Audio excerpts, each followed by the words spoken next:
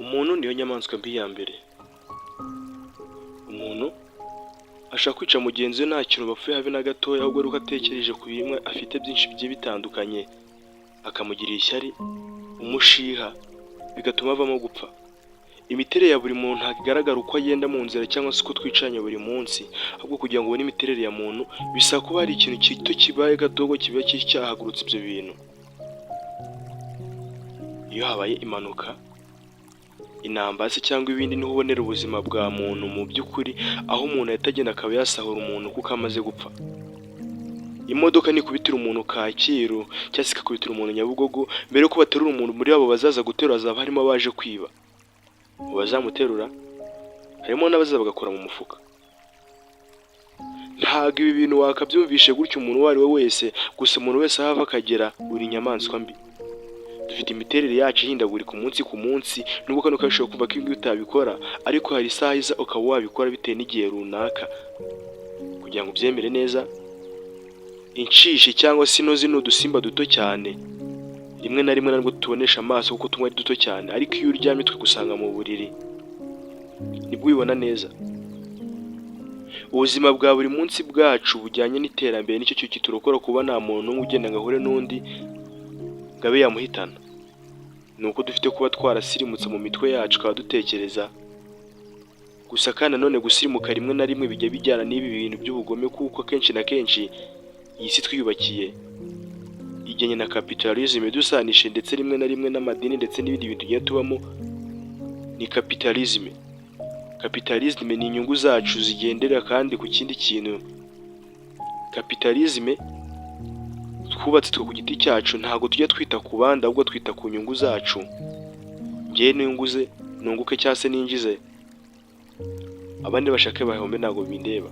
Ndi umukire reka ninjize, uriya nubwo ari umukire nashaka asohore, ibyo ntabwo bindeba. Ibyo ngibyo nibyo twiyubakiye muri capitalism ariyo tugenderaho uyu munsi. Amabanga agiye atandukanye agenda agaragara ahantu hose ku isi, nuko usanga kenshi na kenshi abantu bagenda bazira imyenda barimo, baba bazira imyenda barimo abantu bakomeye. Nta muntu ushobora kuguza umuntu ari uko amurusha amafaranga. Kenshi na kenshi uzasanga nabikora amurusha, azabikora kuko babanye kandi bari inshuti, n'abari inshuti kandi akenshi na kenshi nabwo bapfa amafaranga. Amafaranga nicyo kintu abantu bose barutanya ku isi hose. Umuntu ufite amafaranga aba afite ijambo. Iki nicyo kintu cya mbere kizakwereka ko umuntu ari inyamaswa ikomeye cyane, mu gihe kandi noneho umuntu nyamuntu usanzwe, umuntu usanzwe utari muri ibi ngibi ntabwo abaho. Abantu twese turi kimwe, twese turi muri aya mafaranga, niyo aduhuje. Ni nayo mpamvu uzasanga inyamaswa nyinshi zimwe zigiye zitandukanye zigira urukundo rwazo, kuko nta kindi kintu ziharanira, ni ukurya ubundi zikaryama.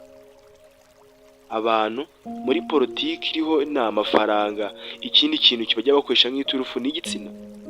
Turi mu isi ibeshejwe no guhuza ibitsina muri biological, kuko kenshi na kenshi usanga bamwe bagiye bagwa hasi bitewe n'ibyo bintu, gusa amafaranga niyo aza ku isonga.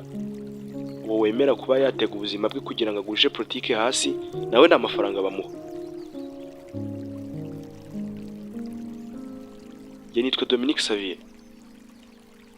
Ikiganiro nk'iki ngiki kandi nkunda kugicishaho, gusa tujye gukora subscribe, share na comment kugira ngo tubashe kuba twakora ibiganiro bifite ireme kandi bikomeye gusumba ibi ngibi. Aka ni agace ka mbere.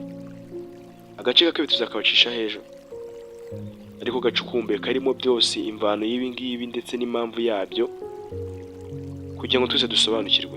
Ndabakunda cyane. Ciao ciao. Subscribe and share.